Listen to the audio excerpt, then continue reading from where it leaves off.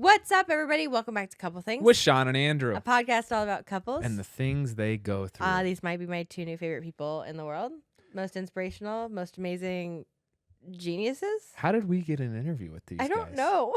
And at the end, they're like, we listened to your podcast. I was like, why? So ridiculous. Today, we have Anna and Anil Menon, who are actual astronauts. Like real ones. Active astronauts. We asked them and looked this up too. There are 42 active astronauts right now. Yeah.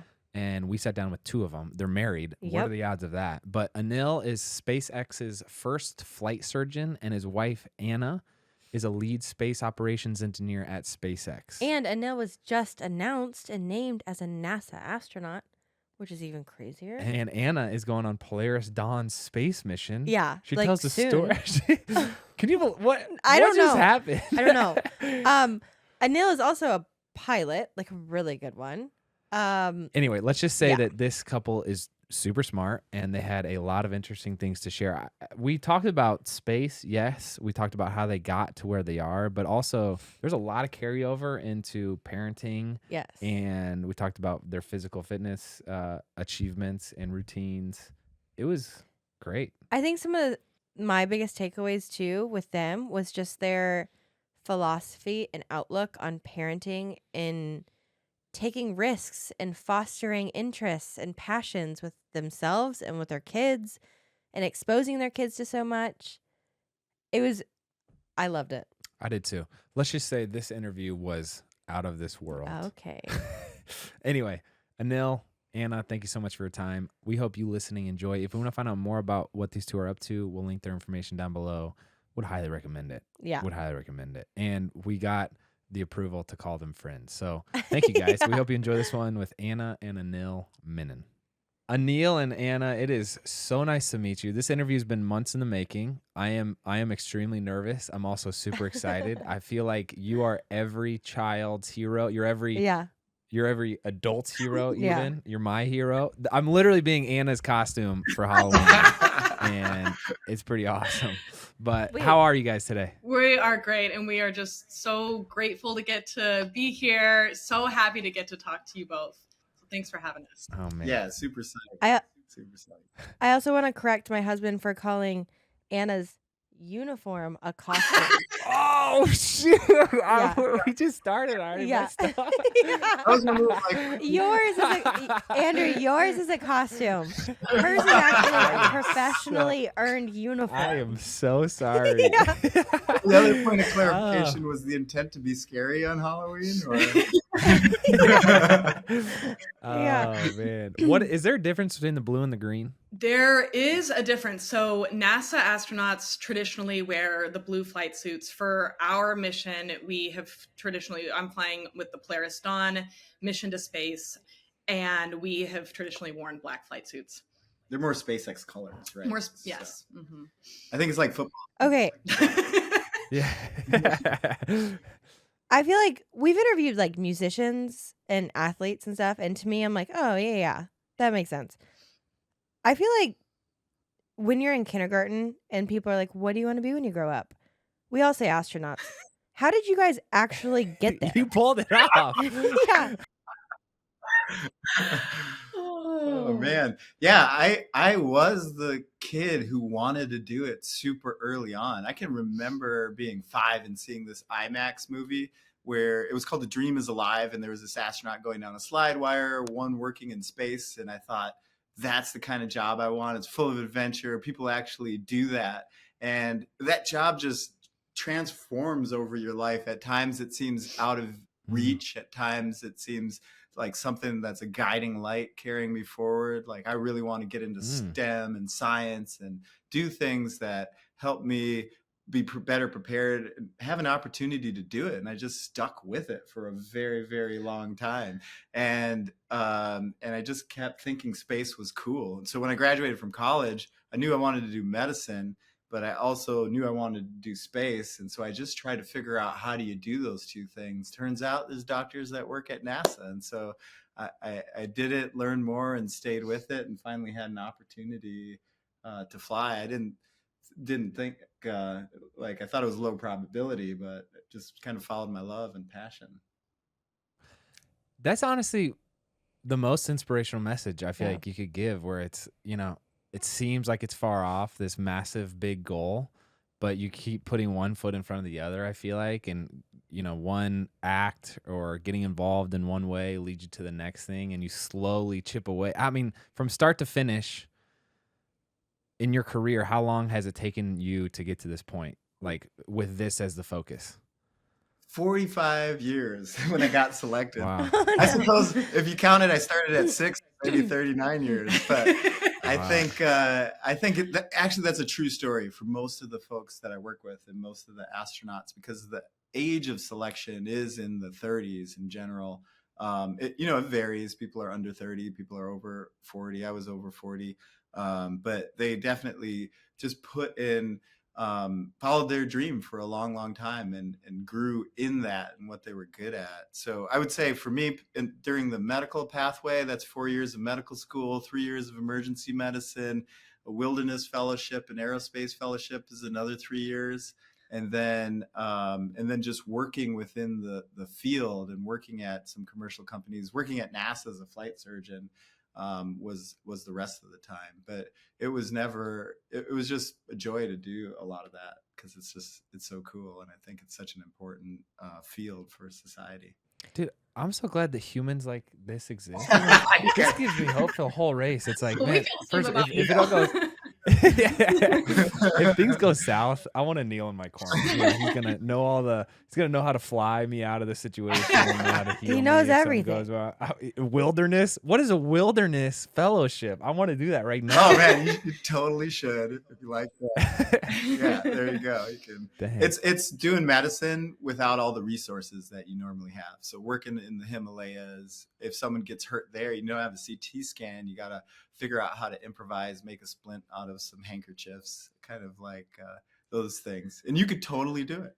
They have wilderness first aid courses anyone can take, and they teach those kind of skills. Knowles is another example of a leadership course that's in the wilderness that you learn those kind of things. It's a lot of fun. Now, Anna, how did you find yourself here? I also have a story of following my passion for a long time. So I first fell in love with space when I was in about 4th grade. I grew up in Houston, and so was exposed to NASA and human spaceflight from a very young age. I had the chance to go on a field trip to experience a day in the life of an astronaut and a flight controller. And we spent half the day as one and half the day as the other. And so served in mission control and then served in the spaceship. And for me, that lit a fire in me to contribute to this industry and want to be a part of it with my career. And so I just followed that love for years. So as I went along in school, I pursued industries that I was interested in. So I got a degree in college in math, and then I got a master's degree in biomedical engineering. And I loved math, and I loved medicine, and I loved engineering, but I also carried with me this love of space. And so that whole time I was trying to figure out how to meld all of these interests together. And I was then so excited to get a job at NASA coming out of grad school, where I got to be a biomedical flight controller for the International Space Station. And what that did was that it was this wonderful blend of all of these interests. And I was so thrilled to get to work there for 7 years and be a part of the industry. And I was just so happy to get to contribute. And after that, I moved over to SpaceX, where I've now been an engineer for about 5 years. And the whole time getting to contribute to human spaceflight, work in mission control as a mission director there, develop operations that our astronauts do in our capsules, and the whole time just pinching myself because I just love this industry so much and feel so grateful to get to be a part of it. And, carried with me this childhood dream of flying to space, but also just so grateful to get to be a part of the industry. And one day, I went into a meeting, and out of the blue, they asked me to fly to space on the Polaris Dawn mission to space. And as one of the first time that SpaceX will ever fly its own people, its own engineers as a part of a mission. And I was just floored, shocked, but just so grateful, and it reignited that childhood dream in me, and I have just been so shocked at the turn of events over time, but forever grateful to get to be a part of this industry in any way, shape, and form all along the way. You walked into this meeting not knowing what it's about, and you walked out going to space. Yes. Yeah. Can you tell us more about this? Like, what did they say? Was there confetti? Was there a gift bag? Was there like a hype video? I need to know more. Well, they put a meeting on my calendar. I had contributed to a mission previously as a part of SpaceX, as an engineer at SpaceX, called Inspiration 4, which was the first all-civilian mission to space under the commander, Jared Isaacman. And I'd been a part of that mission, and they put a meeting on my calendar saying, hey, we want to debrief some lessons learned from that meeting and talk about some future thoughts. And I walked into this meeting, and Jared was sitting there, and my boss was sitting there, and a number of other people. And we are, chatting for a few minutes. And actually, just 3 days prior, Anil had been announced as a NASA astronaut. And so we talked a little bit about that. And then very quickly they said, hey, would you like to fly to space on the Polaris Dawn mission? And I remember my heart just started beating so fast, and I was so shocked, so grateful, obviously. And, so many emotions all at once. Told them thank you, went home, talked to my family about it, and very quickly thereafter said yes. Okay, I have so many questions. Oh my Okay, gosh. so first, Oh my forgive me for not knowing this, but have either of you been to space yet? Not No. yet. Okay. Oh, okay. Even better. So the dynamic between you two, you're married, you have 2 children. Correct. You walk into a meeting and you're told you're going. Mm-hmm. How does that register for you guys being parents, spouses? How do you digest that information from being excited, all of it? Yeah, I think we are really thoughtful about this. We have a really big philosophy in our family of open communication. So, first and foremost, we took it back home and talked about it. We talked about it with our family, talked about it a lot with each other, and we continue to this day. And I think that one of the things that has been a really strong aspect of these decisions for us is that we have a tremendous amount of trust. We have both spent years working at NASA and years working at SpaceX. And so we have seen how people develop hardware, software, operations, fly missions. We have great faith in the processes that are used. And so that allows us to move forward carrying a tremendous amount of trust. But I think, on the personal, emotional side, I think there is a universal change that happens in you when you become a parent. I think you become much more aware of your mortality, your legacy, the fact that it's not just you in the world or even you and your partner, but you have kids, you have these little people and their futures. And so I think we carry that and take that responsibility really seriously. And, at the same time, I think hand in hand, we recognize that there are some passions that are worth pursuing. Mm-hmm. And it's important to show our kids what it looks like to follow your passion. And so, one way we have done that is we've integrated our kids into this experience. We have shared it with them as we are navigating the journey. I got to bring them to some training where I was flying in fighter jets with my team, learning, fast-paced decision-making, communication skills. And Nils brought our kids to some spacewalk training where he's been in a spacesuit in the giant pool at NASA, moving through the operations. And there's kind of 2 goals for this. One is for the present.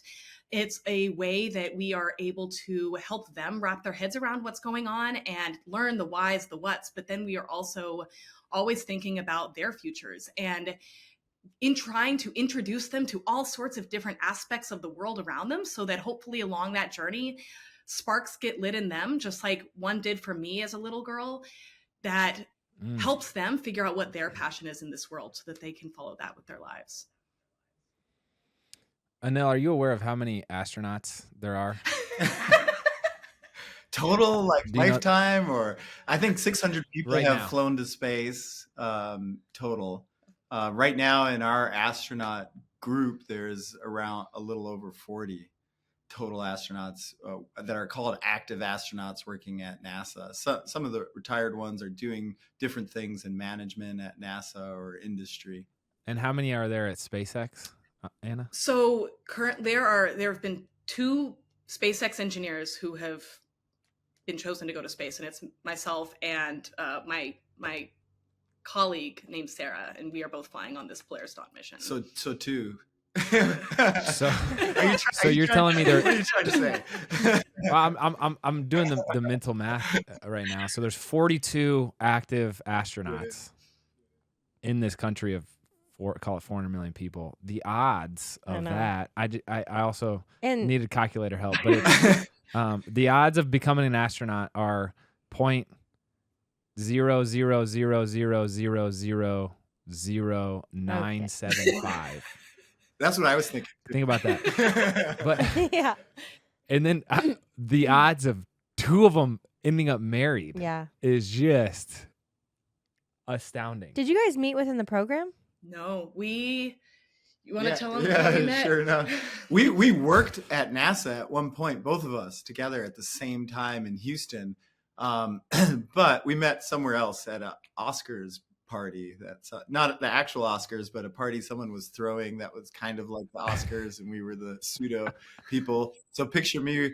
Oddly enough, we were talking about blue, but I was wearing a powder blue tuxedo, 2 gold chains that cost $14 from Amazon, some Run DMC glasses, and a purple Kango that I had from maybe like my 90s rap era. And I was pretending to be a rapper at this Oscars thing and talking to someone, and Anna walked in, and they were doing these fake interviews as people walked in, and I walked up to her because she was this amazing, wonderful woman, and threw my arm around her, invited her to my rap concert that was going to happen at the Toyota Center.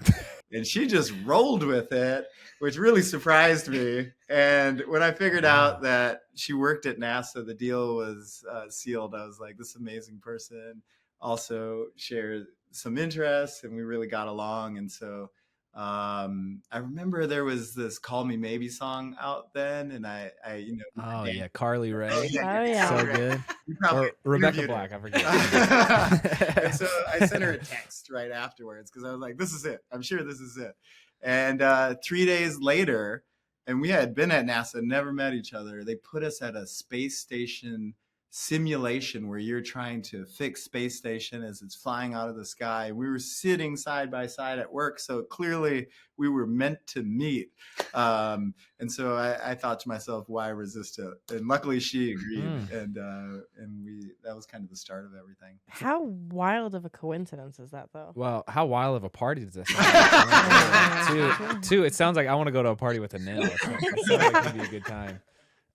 It is what I'm curious, as athletes, there's a lot of kind of tangible feedback that we got along our careers at each checkpoint, kind of like middle school to high school to like varsity. Even within high school, you go JV to varsity to college. You're either going D1, 2, or 3 in football. And then like my point in saying this is the realization of, if my goal is the NFL, the realization of that coming true really kind of starts to take shape pretty early, and you kind of have a path laid in front of you. Yeah. Is it similar in your line of work? Is there like a crystallization process that happens of like, hey, this could be a real shot? Or is it literally, you get a calendar notification and you're like, oh, bam, and like you're I'm curious about that. Take a stab at it. So I think there is some general similarities, a really broad level, but largely, I think Anna's story is a good example of, you just follow your passion to some degree, and you can't predict some of these outcomes. But if you put yourself there, things pan out. I think it was Louis Pasteur, maybe, or I could be misquoting, but chance favors the prepared and on some level. But the broad similarity is that I've always held on to is just improving each day and finding a way to be a better version of myself in that work that I'm doing. And so I've always been one to just, as you did as an athlete, continue to grow, continue to figure out what that feedback chain is and where you need to go, but just do that within medicine, then do that within space medicine, and then do that in terms of developing, say, the approach to flying people to space in a commercial space company. And that was just a daily process of trying to do better. And there was tons of feedback out there. There was managers, mentors, people willing to help and help guide that way. But it wasn't as clear cut of a reassurance that this end outcome would be there. But I think it's more applicable to general everyday life. Everyone can find a pathway to really improve in their direction, and you just don't know what will happen at the end of that. I have kind of a two-part question, and I want to be gentle in navigating this, so I don't want to spark arguments here, okay? You guys usually, like, opposites attract, right? But you guys are very similar in the sense that you're in very similar fields, going after very similar dreams. Is there any hardship in navigating that with each other and trying to support each other and it not being a competition of who's going to get there first? And do you find conversations at home being difficult because you basically are coming home from the same workday? It seems like we're in similar fields, but I think we're very different in terms of personalities, and that's very complementary, and it helps us a lot. What we do value is shared time together, and we think it's super important for our relationship. So just spending that time really helps us build our relationship and helps us be there for our kids and spend time with them. So the things we do are very similar, whether it's work or outside of work, but we're just really different, and we find a way to bring that together. For example, Anna is a great salsa dancer and loves doing it, but I was always incredibly intimidated because she was on a professional team at Duke and super awesome at it. But I went and I learned to dance on a daily basis, like once a week or twice a week, and finally got to the point where we actually had our wedding dance in front of 200 people doing salsa. Wow. And it wasn't embarrassing as I thought initially it would be. I think it went pretty well. And then she'll do things like, I love doing endurance exercises, and I somehow convinced her on an anniversary to do a go ruck with me, which was 12 hours of suffering in California. And it was cold that day, and we had to do burpees on the beach and get wet and sandy. And I looked over her and I could tell that she was on the fence about that decision on an anniversary, but she did it. And it's just kind of an example of her willingness to dive in there and find something that we both love and do together. But I think in terms of, you want to handle the second part in terms of? I think to me, all of that just speaks to, like, we actually really value having shared interests. And so for us, it has always been incredibly additive, whether it was, at work and we were getting to be just a couple cubicles apart. It has continued to give us ways and opportunities to support each other, have shared friends, have shared challenges, speak the same language. And so it has just given us a lot of opportunities for support. To give an example, we're no longer at the exact same workplace anymore, but I'm the medical officer on the Polaris Dawn mission, and he obviously has a background in medicine. And so it has given us this way of, even at home, you talked about, our evening conversations, like, I come home and I have this little ultrasound handheld device that I will need to use in space. And so he is able to teach me how to use it better, teach me the anatomy, help me improve. And so it's just a way that we have been able to continue to support each other and really grow together over the course of the years. Yes. Wow.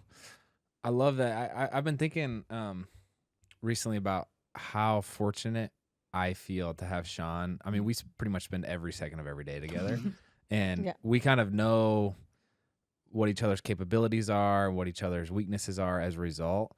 And the idea of, in a partnership like this, and it seems like you guys have a similar dynamic, where there's a depth of knowledge that you each have, and a platform in marriage that you can give like the truest, most honest feedback. The benefits of that are phenomenal, where it's like she can, the stronger I can take her feedback, the better I could take it, means the better feedback I can give her, and the more input I can have, which then it's like a virtuous cycle of now we're just really making each other better and stronger. And it's like a responsibility, and it can be very fragile, but when you are able to execute that well, I mean, look, maybe you'll end up as one of the 42, two of the 42. You guys have a monopoly on that whole business. That's great. That's insane. I can't believe for real. that. Oh, man. Anyway. Wait, out of curiosity, are there any rules around, like, I know you guys are technically in different companies. Is that how I would say that? Okay. But would they ever send like mom and dad or husband and wife at the same time? Typically, no, not historically. And I think just the way it will work out for the two of us, it even though we're in different places, we will not fly at the same time. I'm slated to fly within months from now, and his will probably be years down the road. So yeah, and if that were an option, I would take a serious pause and think about it. And right now, my initial knee-jerk reaction would be to not do that myself, just from a personal family standpoint. Yeah. I'm a big fan of reading biographies and history, and I've been reading about the founding fathers and like reading Benjamin Franklin, and it's interesting. A lot of these guys, when they do pivotal things, they'll, they have these journals and letters that they'll write almost with the perspective that they know future generations will read them because what they're doing is so cool. Do you guys ever have those moments of reflection of like, we're going to be in history books? This is, your role, Anna, as a female astronaut is incredible and so impressive. And your family will go down in history books between just the gravity of the situation and then also having kids and what Shawn was talking about earlier, like that responsibility and just having moments of pause to think about whether you want to accept the mission or not. How do you guys embed reflection in your life? That's a great question. I think that for both of us, we both do a lot of journaling, and I think a lot of it is solely for the sake of capturing memories, and really like trying to learn from them. But I think that as I have been on that journey of reflection, some of the themes that stand out to me are that many people came before me, before us, that were like kicking down doors to enable this door that allows me to get to do work that I love to even be open. And so this reflection has driven me to recognize that I work for a future in which our kids don't even know doors exist. What about you, Anil?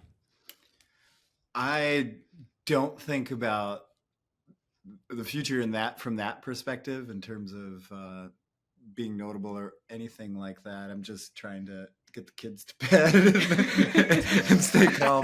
But I do certainly reflection in terms of journaling, like Anna said. But it's been really helpful for me just to it unlocks some intuitive component of myself, and when I write about what I'm doing on a daily basis, and a lot of that astronauts, and I think people do in general, it helps me align my intent with that intuitive aspect of myself, so that I feel like, I say things wrong all the time or make mistakes, but at least my intent was always aligned, in the right direction to help people, to support those around me. And so I try to stay true to that. And that's where that reflection things help.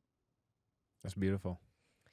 So moving on, because you both are the most fascinating people in the world, and I've never felt more Man. underqualified in my entire life. I don't even know how to ask questions. Same, It's I'm like like, usually when we do sports, I'm like, I know all of the things, but now I'm like, yeah, I know none of the things. But I know you're also a pilot Yeah. and a phenomenal one who's logged over 1,000 hours. This guy just started. I think Oh, you're 80 hours I in. got 80 hours, so how close am I to being in like a like a fighter jet or? oh, you're right there. You just need just a Yeah. few more, or we could just give it a shot tomorrow if you want. Was that something that you pursued to add to your resume going into like NASA and your astronaut life, or is that a completely separate hobby that you just fell in love with? I fell in love with it. When I was a kid, my dad took me on one flying discovery lesson in Minneapolis where I grew up, but he didn't have the money to support the rest of it. And that one flight was frozen into my brain, and I always wanted to do it. And there's this thing about flying: you either have the money but no time, or you have the time but no money. And so I was just trying to figure out how to do it. And in medical school, I started kind of scrounging together and paying my way through getting a pilot's license. And it was just pure love in that respect. And it's been a lot of fun. And now I get to fly in T-38s, which is really cool, and learn from some of what I consider the best pilots in the world. And NASA's so good about training how to do that, that the growth acceleration is super high in terms of flying and just working as a teammate in a 2-seater aircraft. So it's really cool. You should come. I don't want to flex. My personal speed record is 210 knots. What would you say yours is? I'm not kidding. Mach 1.2, but Holy crap. Holy crap. That's so ridiculous. That's really wild. Oh my gosh. Is that like the combine? The combine of flying or something? Yeah, Yeah. pretty much. He goes faster. You know those That's videos? what You know that what I'm thinking means. of? Like the videos they see of people experiencing G forces, and it's like 10 G's and like the face Oh moves man, like this. yes. You guys have done that? I have done that. I've done 9 Gs. And what's really important is what axis the G is happening in, because if it's through your chest to your spine, you can handle a lot of it. It just feels like a lot of pressure, but it's from your head to your feet. You get really lightheaded because it's starting to suck blood out of your head, and that's when it gets tricky. I remember in that G thing, it sucked enough blood out of my brain and my eyes that I saw a checkerboard for a little while. It was black and white, and everything went black and white. So I think I was pretty close to what they call a G lock, or a G loss of consciousness. Yeah. But I know that from Top Gun. yeah. Yeah. This is silly, but anecdotally, like when Andrew signed up to get his pilot's license, Yeah. I remember being surrounded by so many people who were like me, like myself. People would say, you are crazy as a wife to allow like your husband to do something so risky with children. And like, we jump out of planes. We love adrenaline. You haven't gotten Mach whatever. I don't even like being compared. Yeah. man. Even the Yeah. conversation. But I am curious, like your relationship and your dynamics, like philosophy in life.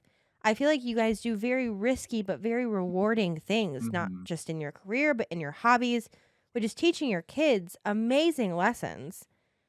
How do you guys navigate when risk is too much?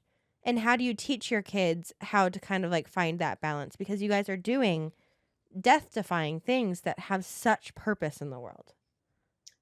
Well, I think that it's always a conversation for us. We have a really open line of communication, and so we talk about these decisions a lot. I will say that we also believe that some passions are worth pursuing, and so there is good that comes from choices, and the world is full of risk, and so if you are thoughtful and you are intentional and careful about the decisions you're making and go into them understanding the technical background behind it. For example, like the trust that I talked about with our, SpaceX and NASA, we have so much trust in the technical details behind it. It enables us and empowers us to make decisions incredibly well informed, and move forward with a lot of thoughtfulness in those decisions. And I kind of, the only thing I would add is I think about that JFK speech at Rice when he was going to the moon. And he said, we do these things not because they're easy, but because they're hard. And I think there are some things that are really worth doing no matter what. And for me and Anna, it's important to us and it's important to society, we think, and it is worth the risk. Yeah, it's almost an insider outsider like fallacy or difference. I was just thinking about the stats of the odds of becoming an astronaut and then the odds of you guys being married, and it's like, yeah, they're minuscule, but the pool, I guess, as you guys sat next to each other in NASA, if you look at it from the insider's perspective there, it's like, how many people work at NASA? That pool goes from 400 million people in the US to however many. And it's like, I think it's the same thing with my experience flying, where it's like, it's not that crazy. I'm sure you guys know, like, there's certain procedures. You got to follow the checklist. You got to do X, Y, Z.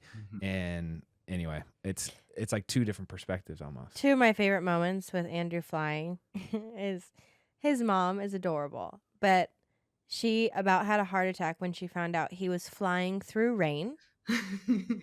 And she about had a heart attack when she found out that you don't really have headlights when you fly in the dark. And I just thought it was so sweet and so cute. But I was like, Mom. Luckily, yeah, I love it.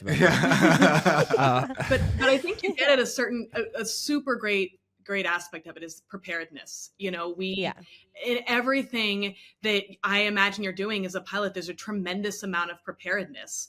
That is an aspect of it. That's on the front end. It's the reflection on the back end. It's the learning and the constant growth. And I think we apply that same thing in the things that we're doing. We train a tremendous amount to go to space, to prepare not just for the normal, but for the contingencies. Yeah. And so I think, that preparedness is a huge aspect of it. Which leads to risk mitigation. Because Andrew, if you lost an engine, you would know how to land it in a grass field, and probably imagine feel pretty comfortable doing that. So. I think we can work towards that end. Do you? Not a T-38. My little. No one's gonna land a T-38 in the grass. Okay, so speaking of training, I want to talk about the physicality of it because I'm always super curious about that. Shawn and I did this kind of a joke of a YouTube video where we trained like astronauts. Yeah, I love that. I know that Anil's done Ironman. You've done a full Ironman, is that right? I have, yeah. And you're talking about the Go Rucks. Obviously, you did that with Anna. What is the physical component to it? I want to know two things. One, like the genetic aspect. So with the G-lock, is there anything that you feel like you're genetically advantaged with in regards to dealing with things like that? But then also with your training to go into space, what does that regimen look like? What are you guys preparing for? From like a muscular skeleton standpoint as well as nutrition? Yeah. So I think the biggest aspect of the physical training for me is actually the mental toughness aspect of it. It's that I choose to do those things because they put me in an uncomfortable position, and exercise and training is a good way to get there really fast.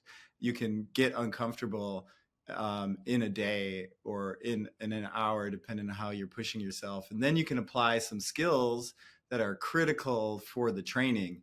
And those are mental toughness things. Like, is it positive self-talk? Is it reframing the situation or breathing to counteract stress? An astronaut told us that when you make a mistake in space, you have 0.3 seconds to have an emotional response, and then you got to get over it and you got to solve the problem and move on because it's that time critical and important. And that kind of physical training trains the mental training that allows me to feel comfortable that I can do those things. There is a huge aspect of space that's totally different than gravity and just transforms people's physiology. And that we could talk for days on that. But some of the things in terms of you're losing 10% of your muscle mass, your VO2 max is going down 10%, you're getting bone loss. It could be 3% a month if you're not counteracting it with exercise and space. Every single system of your body is altered by space. And we're doing so much research on it so that when we go to the moon, when we go to Mars for 3 years or a long period of time, we can figure out how to do that better and actually perform in those environments. What about you, Anna? In terms of the physical preparations, we have done all sorts of training for spaceflight. So, for example, they put us through a centrifuge on the ground to teach your body those G-forces that we were talking about earlier, what those will feel like on the ascent and the reentry profiles that we would experience in a spacecraft, so that you adapt and get ready for that environment. But I would second Anil in that a huge aspect of the training is the mental side. And so the teaching of your brain to be ready to execute and focus under high stress, high consequence environments. And so, for example, one of the things that we have done as a part of our training has been to skydive. We went skydiving with the U.S. Air Force Academy, and it's the only place in the world where you jump out of an airplane on the first time solo. And so they enable this by putting you through rigorous ground training, and you drill and memorize normal and contingency procedures. And then you're put to the test to make sure that you are ready before you go up in that airplane. But then you get up in that airplane and you certainly feel all of the, the normal feelings that you would feel when you're about to jump out, which is a stress response and nerves. But then you train your body by letting go, and then you just move into execution mode, and you go through the motions, pull your parachute, navigate back to the drop zone, land safely. And I would say that experiences like that really have drilled in us firsthand how to stay calm and cool under pressure and focus and execute procedures in those sort of high stress scenarios that one might encounter in space. Does that carry over into home life? Like, during bedtime when the kids are screaming, are you able to separate emotions? That's way harder. You know that. We're in the phase with our 4-year-old where bedtime is like a 30-minute negotiation. Oh my God. And it's just like by the end of it, I'm like, I don't know how to talk to you anymore. It's time. I think that's when teamwork comes in. Tap out next person. I will also say, at the very most beginner level, one of the coolest things we've ever done, which makes me respect you guys 1,000,000% even more, was we got to do the anti-gravity jet. Oh, that's so the zero cool. G plane. That was so cool. Was I was just up there doing flips. Yeah. I think you almost puked your brains out, but it's normal. It was so sick. Yeah, it was really fun. I'm so glad y'all got to do that. I think that's just one of the coolest things on Earth. And for what it's worth, 70% of people so in the ballpark of 60 to 70 that fly to space get nauseous. So it's totally normal. It's normal. Don't worry about it. Well, it also didn't help. He was looking through a camera the whole time. Yeah, the frame rate. It was a bad strategy. You even have a tougher stomach that you were able to do that. Probably. I love that, and I've never connected these two feelings before, but reflecting on, I was a long snapper, which is it's like a kicker. You get very few plays, but each one is high pressure, and just that feeling of your palms are sweaty, you got like that anxiety in your chest or whatever, and it kind of feels tight, but then breathing through it and like dealing through. I actually feel that as a parent as well, where our son is doing something risky, but it's not dangerous. It's just it could end with him bumping his head or whatever, and you feel that sweaty palms, tight chest, and separating the emotions from the feeling is I don't know if it's I think it's a good thing to be able to have a grasp on that. But on that note, do you guys have counselors or therapy like for the mental aspect of things? At NASA, we have a pretty robust, we call it behavioral health support team, and they're doing a couple things. They're both helping do research on psychological aspects of space. And there's just a lot of that ground to break and things to learn about. But they're also available to help us think through situations. And one of the things is super important is just great teamwork at NASA. So you have this team of people, and you're going to be in the same small space station for 6 months to a year with your 2 other teammates, maybe 7 other people. And so you got to make things work. It's like a relationship.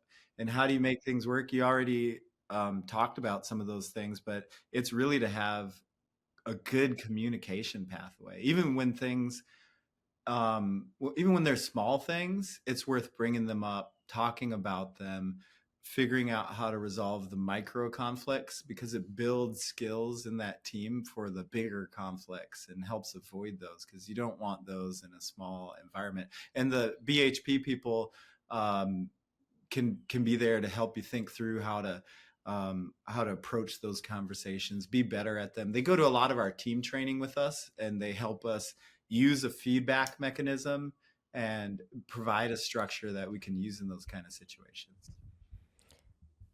This feels like it would help at home as well. Oh, Yeah. Absolutely. yeah. I would say a lot of the lessons we have learned at work we apply at home. And vice versa. Mhm. Yeah. Write a book. I want to learn more about it. Like, honestly. Yes. Well, it seems like there's such an amazing like holistic approach to what your guys do, which I feel like is lacking in so many other fields, but it makes sense. Like, you would want to make sure every aspect of your life is in control and a healthy situation before you are sent off to space. One more little tidbit that I find absolutely fascinating, and I have a hypothetical question that is probably ridiculous and out of some sci-fi movie. But Anil, you're the first flight surgeon? Is that correct? First flight surgeon at SpaceX. Okay. Yes. How do you do surgery in space? Good question. It's a misleading Scalpel. term.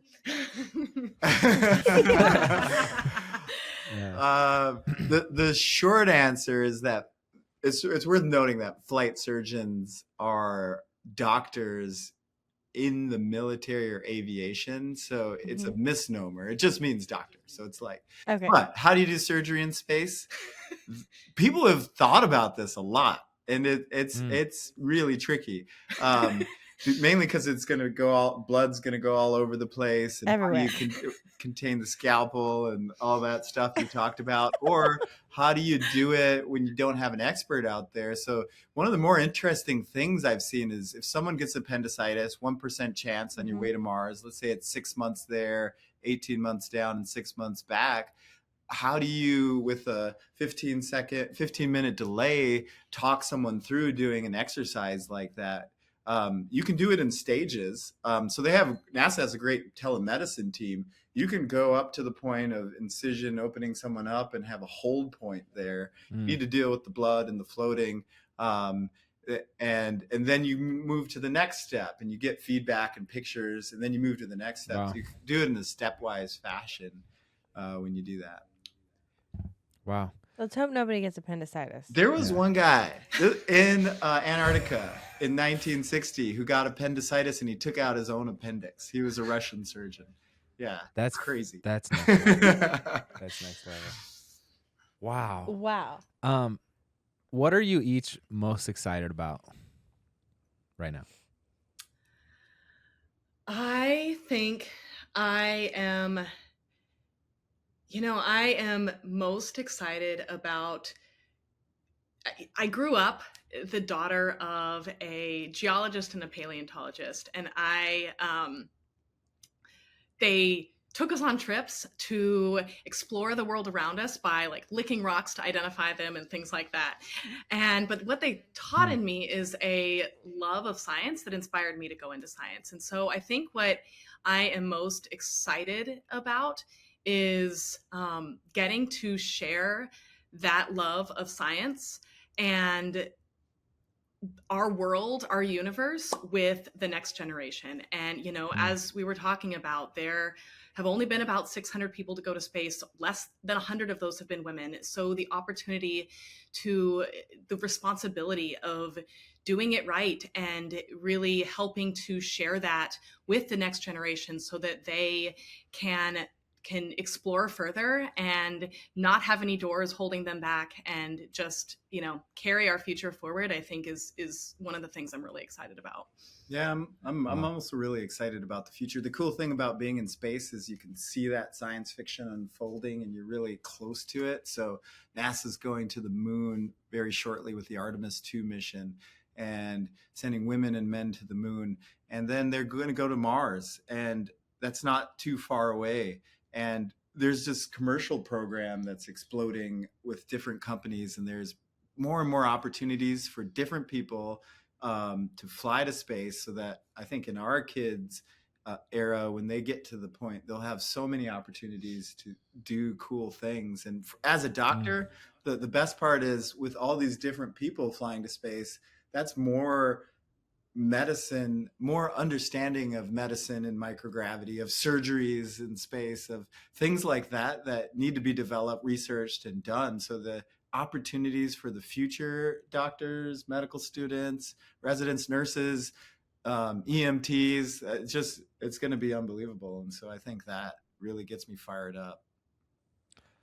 It might be overlapping answers, but why is space exploration specifically important to each of you? Like, what benefit can non-astronauts, my feet will probably always be on Earth's crust, and what does it do for the average person?